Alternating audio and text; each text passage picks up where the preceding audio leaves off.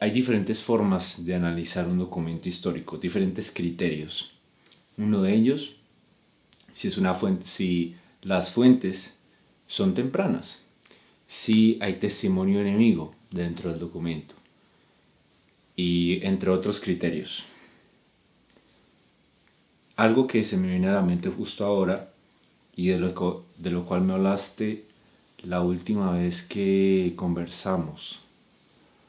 Mencionaste a Aristóteles y esto también apunta a la veracidad del cristianismo porque tenemos las leyes de la lógica, el marco epistemológico más confiable con mayor rango explicativo es el realismo moderado. Entonces tenemos dentro del realismo moderado la ley de la identidad, la ley del tercero excluido, la ley de la no contradicción. Es fundamental, muy importante. Y cómo no olvidar la cosmología moderna, la evidencia científica y lo que esa evidencia nos dice sobre los principios del universo. Voilà. Sin embargo, no hemos mencionado, hostia, empezó a llover, no hemos mencionado un punto tal vez insospechado que también apunta a la veracidad del cristianismo. Y llegué a reflexionar sobre eso por un acontecimiento difícil en mi vida que ocurrió hace poco. Y eso que apunta a Jesús y su veracidad es el sufrimiento humano. Sí. Más que eso es entender que hay diferentes formas en las cuales el individuo puede interpretar el sufrimiento, que es una experiencia inmanente a nosotros. Es decir, no podemos ser humanos sin experimentar el sufrimiento. Entonces, considero que dependiendo de la forma en la cual tú asimiles esa experiencia inevitable, pues puedes o no llegar a asimilar dicha condición, dicha experiencia de una forma más ligera o no. Entonces, esto se puede interpretar en primer lugar, se me ocurren tres posturas ahora. Mencionemos el nihilismo, por ejemplo. La vida misma no tiene un fin último, no tiene un propósito. Todo carece de sentido. Y si decimos que la vida en sí misma carece de sentido, entonces todo lo que esté contenido dentro de ella, incluyendo la experiencia humana, incluyendo el sufrimiento, también carece de sentido. Lo cual implica necesariamente que cuando afrontemos una experiencia trágica, una experiencia difícil, parándonos desde el nihilismo, creo que es fácil caer en el victimismo, en el derrotismo, porque entonces se vuelve una cuestión de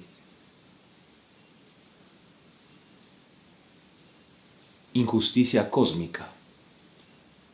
A mí me tocó sufrir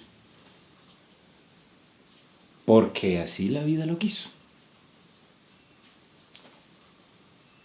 Y es lo que tengo que vivir. Ahora, puede que un nihilista lo afronte de una forma optimista, no lo sé, tal vez sí. Otra postura que se me ocurre, para avanzar en la discusión porque sé que tienes poco tiempo. Ya hablamos del nihilismo, ahora hablemos del absurdismo. Para serte sincero, me he reconciliado un poco con el absurdismo, porque a medida que ha pasado el tiempo me he dado cuenta que hay un aspecto de la condición humana que tenemos que aceptar, y es el aspecto de la contradicción. Somos seres limitados, pero queremos ser eternos. Estamos limitados por el tiempo, por la mortalidad, entre muchas otras contradicciones, ¿no? Pero digamos, por mencionar una. Y lo que me hizo reconciliar con el absurdismo, además de esto que te estoy mencionando, es que lo llegué a entender un poco mejor, ¿sí? El absurdismo lo que hace es partir de la aceptación de que el humano realmente busca darle sentido a la vida y se gloria en esa búsqueda, a pesar de que sea una búsqueda tal vez insaciable, incansable. Pero creo que debo leer más sobre eso. Hay que leer más a Camus, o bueno, Camus. Y la otra postura, porque siempre traemos distintos testigos intelectuales, por así decirlo, es nuestro querido amigo Heidegger, y esta vez no con el Dasein, sino con el... Déjame recordar el concepto. Creo que yo lo había anotado por aquí en un papel, porque me llamó mucho la atención, tengo que admitirlo. Dame un segundo. ¿Dónde lo dejé?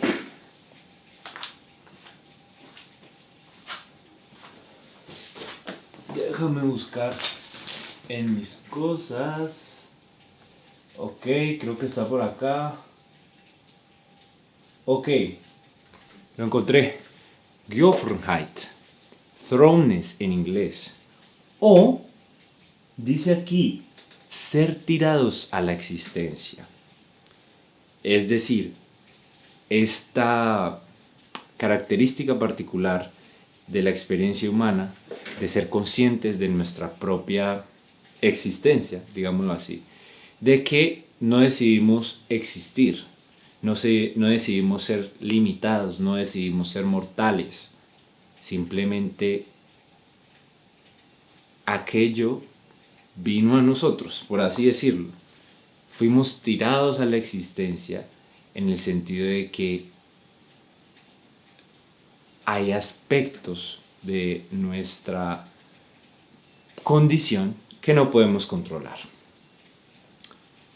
Y en la medida, según Heidegger, en la que tú eres más o menos consciente, puedes llegar a vivir una vida más auténtica o menos auténtica.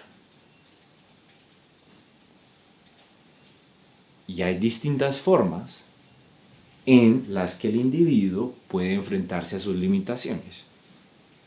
Y es las que te mencioné. Hablamos del nihilismo, hablamos del absurdismo. Y aquí es cuando el asunto se pone muy interesante.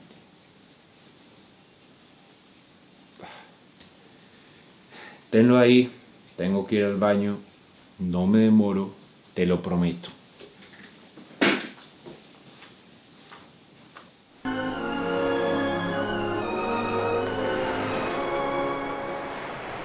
More than 1 million people have read and loved Alice Joy Miller's brave and vivid masterpiece, The Cavalcade of a Woman's Devotion as Bride, Wife, and Mother.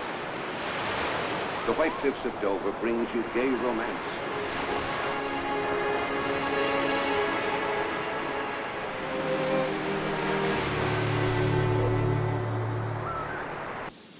Ajá. Claro.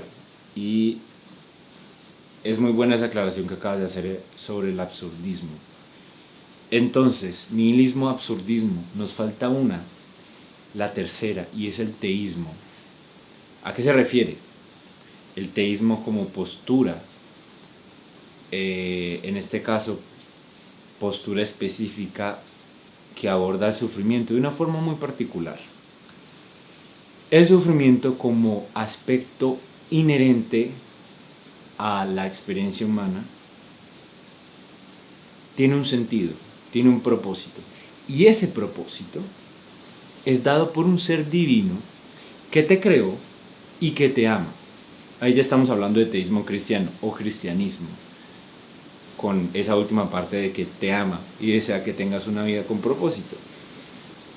Realmente esto es lo que transformó mi vida. Y aquí está el quid del asunto, que tiene un sentido. La teleología del sufrimiento desde el cristianismo es que siempre va a tener un propósito, siempre va a tener un sentido, y ese sentido existe a pesar de que no lo podamos entender siempre. ¿A qué me refiero con esto? A que Dios no tiene la obligación de explicarte todo el tiempo por qué permite o no permite que ocurran ciertas cosas en tu vida. Pero por su gracia, por su misericordia, por su amor, podemos confiar en fe de que Él está en control, de que Él es soberano. Y eso te da libertad. Eso te da paz, como diría Pablo, en medio del sufrimiento. Es asombroso, es realmente asombroso, es como volver a nacer. Pero, hay un gran pero. Si Heidegger hubiera visto cómo estaba viviendo mi vida hace unas 4 semanas, hace un mes, hace 2 meses, y de ahí para atrás, se estaría retorciendo, porque no estaba viviendo una existencia auténtica, no estaba aceptando mi propia condición como ser humano, mi propia condición limitada. Tengo sentimientos, tengo emociones, tengo debilidades. Entonces esta falsa máscara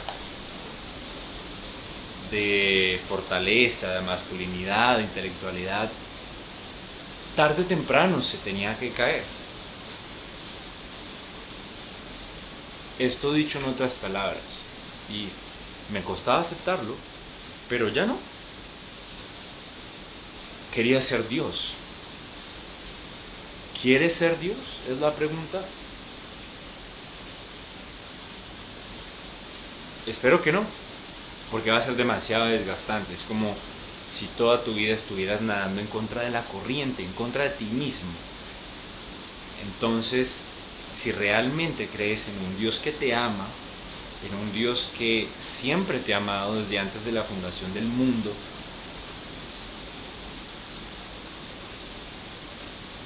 eso debe traducirse en una relación amorosa, en una relación de compasión, en una relación de gracia contigo mismo.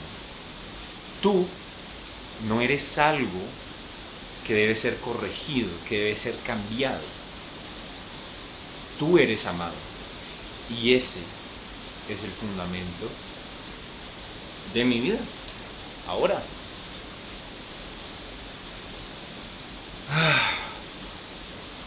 Y ha sido difícil llegar ahí, Ha sido bastante difícil. Pero ese es el camino. Tengo 2 opciones.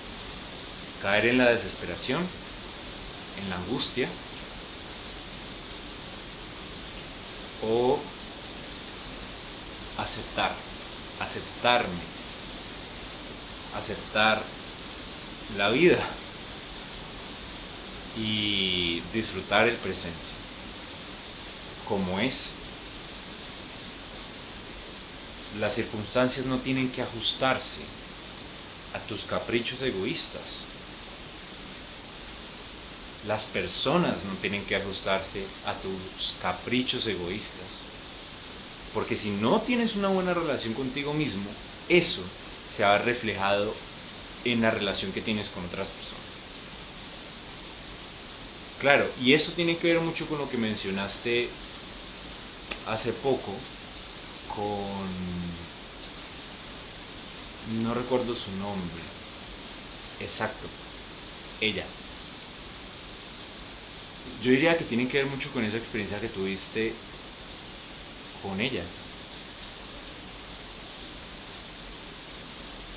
Porque es que incluso si tu personalidad es reservada, digamos prudente, entre comillas, como la mía,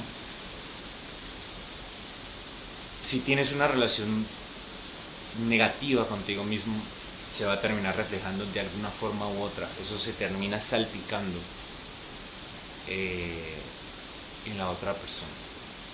Entonces nadie es suficiente. Ni tus amigos, ni tu familia, ni tu pareja. Porque tú crees que no eres suficiente. Y esta fue una anagnórisis, un descubrimiento que me costó tiempo, me costó lágrimas, me costó relaciones, pero hemos llegado a ese punto y es como volver a nacer. Lo que te decía hace un momento, realmente es como volver a nacer.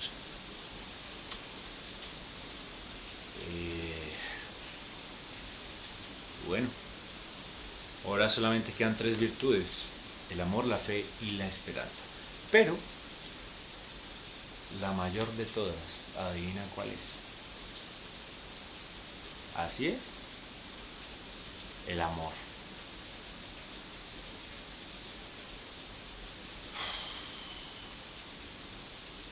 Bueno, ¿algún otro comentario antes de que tengas que partir? Por mi parte, bueno, sé que nuestros encuentros siempre son muy agradables. Y platicamos de todo, ¿eh? Esta vez de milagro no hablamos sobre, yo qué sé, la Guerra Fría o la Suma Teológica. Ya nos veremos. Ya nos veremos. Ah, bueno, y de hecho hace poco estuve leyendo un libro. Ya, te prometo que sé que tienes afán, sé que tienes afán.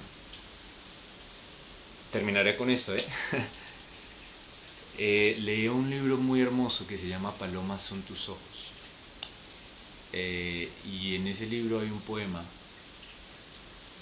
Ah, no, no era en ese libro. No. Es otro libro que se llama Cuando lo que Dios hace no tiene sentido. Brutal. Y en ese libro hay un poema hermoso. Y recuerdo un fragmento de ese poema. El poema dice: volarán los pájaros azules sobre los acantilados blancos de Dover. Es un hermoso poema. Recuerda, volarán los pájaros azules sobre los acantilados blancos de Dover.